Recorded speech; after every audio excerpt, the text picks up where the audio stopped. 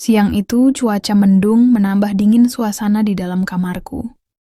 Masih terbayang ketika majikanku tadi mengurutku. Dan hal itu membuatku begitu takut, aneh, tapi juga penasaran. Terus terang, itu adalah pengalamanku yang pertama, di mana aku diperlakukan berbeda oleh majikanku. Seperti timbul gelenyar aneh dalam diriku yang membuatku bingung dan bertanya-tanya, apakah yang terjadi padaku? Aku lantas menuju kamar mandi untuk membersihkan diri.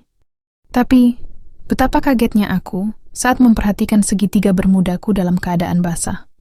Padahal, aku tak merasa ingin buang hajat. Dan anehnya lagi, ada aroma yang aneh pada barang itu. Sebelum kulanjutkan cerita pengalaman itu, kenalkan namaku Retno. Saat itu usiaku 29 tahun. Aku anak bungsu dari 5 bersaudara yang semuanya wanita. Kakak-kakakku juga bekerja sebagai pembantu rumah tangga. Ibuku sudah meninggal sejak aku berusia 3 tahun, sehingga ayahku menikah lagi, tapi tak dikaruniai momongan. Ketika kakak-kakakku pergi merantau, tinggal aku bersama ayah dan ibu tiriku di desa terpencil daerah Jawa Timur. Hingga ketika usiaku genap 28 tahun, akhirnya aku bekerja pada sebuah keluarga muda yang sudah memiliki 1 orang putri yang baru berusia 2 tahun. Majikan perempuanku yang biasa kupanggil Ibu Rina merupakan seorang karyawan koperasi. Sementara bapak majikanku, Pak Dolah, merupakan seorang pegawai di sebuah instansi pemerintahan. Kehidupan di dalam rumah tangga majikanku bisa dikatakan harmonis. Dan mungkin hal itu pula yang membuatku kerasan tinggal bersama mereka. Nyonya majikanku seorang wanita yang baik, begitu pula dengan suaminya. Setidaknya itulah yang kurasakan sebelum akhirnya sebuah kejadian tak terduga merubah penilaianku terhadap keluarga itu. Kejadian itu tepat di hari Sabtu. Ketika nyonya majikanku sedang bekerja, sementara Pak Dolah setiap Sabtu dan Minggu libur. Praktis di rumah tinggal aku, bapak majikanku dan anaknya. Entah ada angin apa, hari itu aku merasa kurang enak badan. Mungkin karena hujan-hujanan kemarin waktu aku pergi ke pasar. Padahal malam harinya, aku sudah minum tolak angin untuk meredakannya. Tapi hingga pagi hari bukannya mendingan, aku malah meriang. Meski begitu tetap ku paksakan diri untuk bekerja. Apalagi hal itu sudah menjadi kewajibanku sehari-hari pada keluarga itu. Singkatnya, siang hari setelah putra majikanku tidur, aku lantas rebuahan mencoba istirahat di kamarku. Tapi, belum sempat memejamkan mata, sayup-sayup ku dengar bapak majikan memanggilku. Tapi berhubung aku makin menggigil meriang, aku hanya menjawab pelan. Sampai tak lama kemudian, tiba-tiba pintu kamarku terbuka. Nampak bapak majikanku masuk dan datang menemuiku. Beliau nampak kaget saat tahu kondisiku yang menggigil. Dihampirinya aku, lalu dia duduk di tepi divan. Sementara aku berusaha beranjak, meski dengan kepala yang begitu pening. "Loh, Bibik kenapa?" Enggak kok, Pak. Saya cuma meriang biasa," sahutku sedikit gugup. Sejenak ia memperhatikanku, dan tanpa dikira, beliau justru meletakkan tangan pada kening dan mencoba memeriksa suhuku. "Ini demam, Bi. Kok nggak bilang toh, tahu gitu libur dulu nggak usah kerja." Nggak kok, Pak. Saya nggak apa-apa. Nanti juga mendingan kok." Kataku salah tingkah karena perhatiannya. Sungguh seumur-umur belum pernah aku diperhatikan seperti itu, terutama oleh pria. Setelah berkata seperti itu, beliau lantas sedikit mengurut keningku, membuat mataku sejenak terpejam. "Bibik pasti pusing juga kan?" Aku hanya mengangguk, karena saking gugupnya saat itu. Tapi perlahan, hal itu cukup membuatku rileks. Pusing yang semula begitu mengganggu, berangsur membaik. "Mendingan kan, Be?" tanyanya lagi, yang kujawab dengan anggukan. "Iya, Pak, nggak begitu pusing kayak tadi." "Ya sudah, sekarang Bibi gini aja." Beliau lantas memintaku untuk rebuahan menghadap lantai. Dan aku pun menuruti hal itu, karena kupikir tak ada salahnya dan siapa tahu pusingku akan menghilang saat itu. Pak Dolah pun kembali menguriut kakiku. Saat itu aku sedikit heran, padahal yang pusing adalah kepalaku. Tapi kenapa justru tempat lain yang harus dibantu? Meski begitu, aku tak ingin berprasangka apapun. Aku percaya beliau benar-benar ingin mengurangi pusing di kepalaku. Cukup lama ia membantu tempat itu, hingga lambat laun, aku mulai merasa ada yang aneh. Terutama saat ada yang berjalan menuju segitiga Bermuda itu. Jujur aku kaget, tapi entah kenapa untuk protes pun aku tak bisa. Dan anehnya lagi, aku justru membiarkan hal itu mondar-mandir tak tentu arah tujuannya. Disinilah awal keanehan itu terjadi. Walaupun saat itu aku meriang dan pusing, tapi rasa itu malah hilang berganti senang sekaligus gimana gitu. Lambat laun aku pun memejamkan mata dan tanpa sadar berceramah sebisaku. Kuakui, itu adalah kali pertama aku mendapat perlakuan mulia tersebut. Di usiaku yang hampir kepala 3, aku memang belum berkeluarga. Sehingga bisa dipastikan, aku tak pernah mendapat perhatian sedemikian rupa, terutama dari seorang pria. Sampai kira-kira setengah jam berlalu, barulah bapak majikanku menyudahi bantuan baik itu. Beliau lantas keluar kamar, lalu kembali menemuiku dengan membawa obat meriang untukku. Sungguh aku terharu dengan sikapnya. Bahkan aku sempat berpikir, betapa beruntungnya nyonya majikanku mendapat suami sebaik Pak Dolah itu. Setelah Pak Dolah pergi, untuk sejenak aku terdiam melamunkan kejadian tadi. Dan sebelum aku lanjut istirahat, kuputuskan ke kamar mandi untuk membuang hajiatku.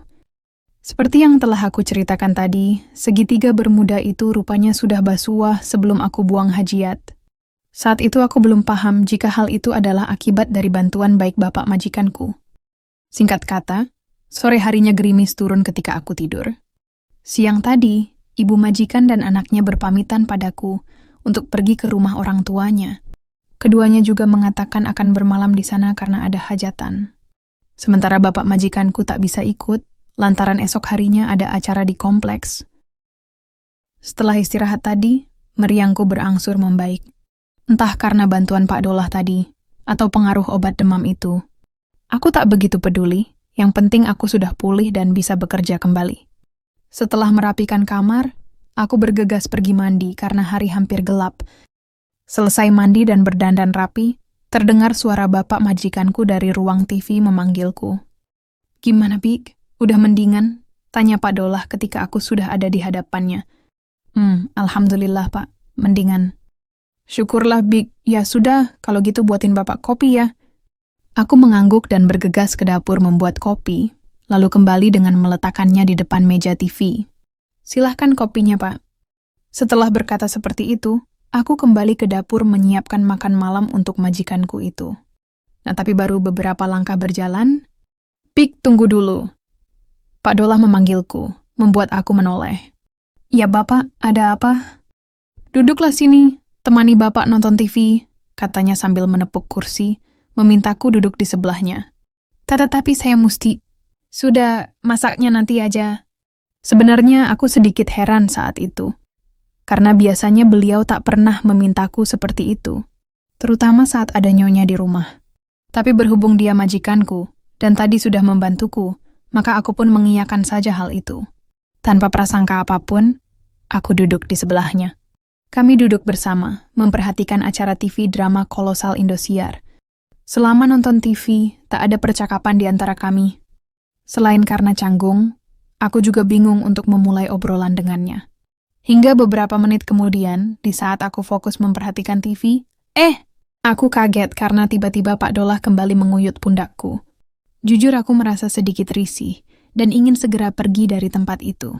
Tapi entah kenapa, perasaan aneh seperti siang tadi kembali timbul di benakku. Terutama ketika telapak Pak Dolah mulai hijrah dari satu bidang ke bidang anugerah yang kuasa itu. Spontan aku merem, dan baru tersadar jika wajah Pak Dolah sudah ada di sisiku. Hembusan angin itu membuatku mewinding. Otakku seakan buntu tak dapat berpikir jernih. "Bibik bisa bantu masalah saya kan?" Sontak aku kaget bercampur heran. "Mama, masalah apa, Pak?" Tanyaku berpura-pura tak tahu, walaupun sebenarnya aku paham kemana arah ucapannya itu. "Ya, masalah itulah," katanya sambil lebih mendalami perannya saat itu. Aku tak menjawab. Jantungku deg-degan antara ragu dan takut.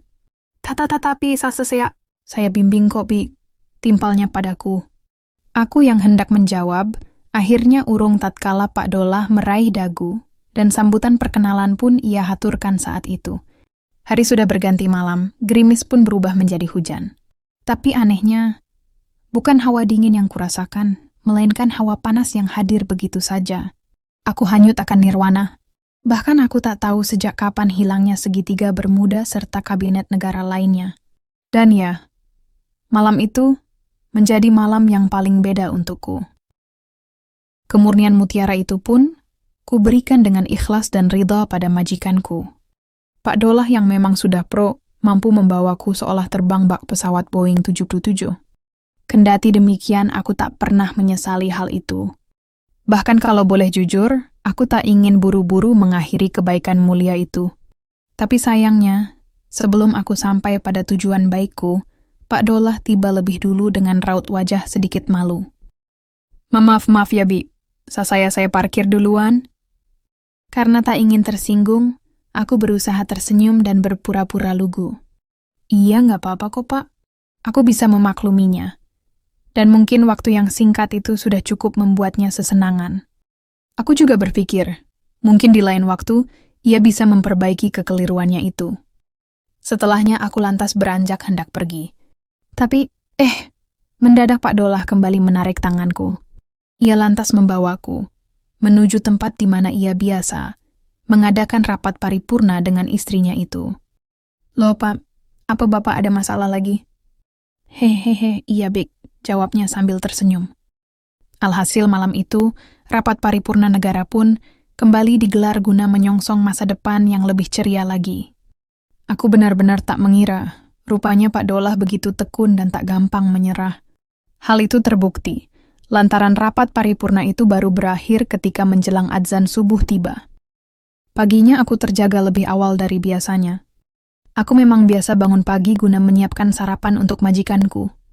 Nampak Pak Dolah masih molor, sehingga ku biarkan saja, apalagi hari itu adalah hari Minggu. Sambil memotong sayuran, tanpa sadar aku senyum-senyum sendiri mengingat kejadian baik semalam. Sungguh aneh, tapi juga ada sesenangan jika mengingatnya.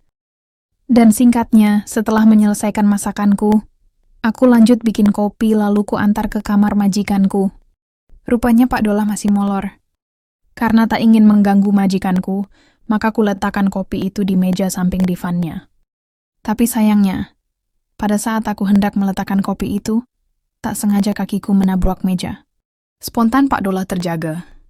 Kupikir beliau akan marah karena sudah mengganggu waktu tidurnya. Tapi rupanya tidak.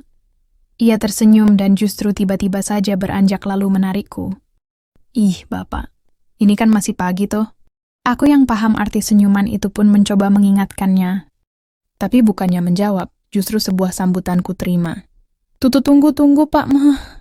Dan ya, teman-teman pasti bisa menebak bagaimana akhirnya pagi itu. Ya, pagi itu Pelabuhan Ratu lagi-lagi menjadi sarapan pagi untuk bapak majikanku. Dan saat itu pula, mau tak mau, aku pun harus senantiasa menyambut kebaikan dan kemuliaannya itu. Singkatnya, sejak saat itu, keakrabanku dengan Pak Dolah pun berubah. Aku yang semula hanya menjadi pembantu di sana, mendadak berubah menjadi nyonya sementara untuknya. Tentunya, aku menjadi nyonya ketika ibu majikanku sedang tak ada. Biasanya dini hari Pak Dolah akan menungguku di ruang TV jika di hari biasa. Dan sudah dapat dipastikan, kami akan mengulang perjalanan kebaikan-kebaikan seperti sebelumnya. Setidaknya keakraban itu berlangsung 1 tahun lamanya. Aku memang cinta pada Pak Dolah, tapi aku sadar kedudukanku di sana menjadi apa. Aku tak boleh membiarkan perasaan itu bersemi, karena sama saja menjadi duri dalam keluarga itu. Hingga akhirnya aku putuskan untuk keluar dan tak bekerja lagi di rumah itu. Semula ibu majikanku bersikukuh menahanku. Begitu pula dengan bapak majikanku. Mereka tak ingin aku berhenti bekerja, karena bagi mereka sangat sulit menemukan pembantu yang rajin sepertiku. Nyonya bahkan menjanjikan aku dengan gaji yang lebih tinggi. Tapi tetap saja ku tolak dengan alasan ingin pulang ke kampung halamanku dan bertani di sana. Setelah perdebatan panjang antara aku nyonya, bapak majikanku, akhirnya mereka mengizinkanku pulang ke desa.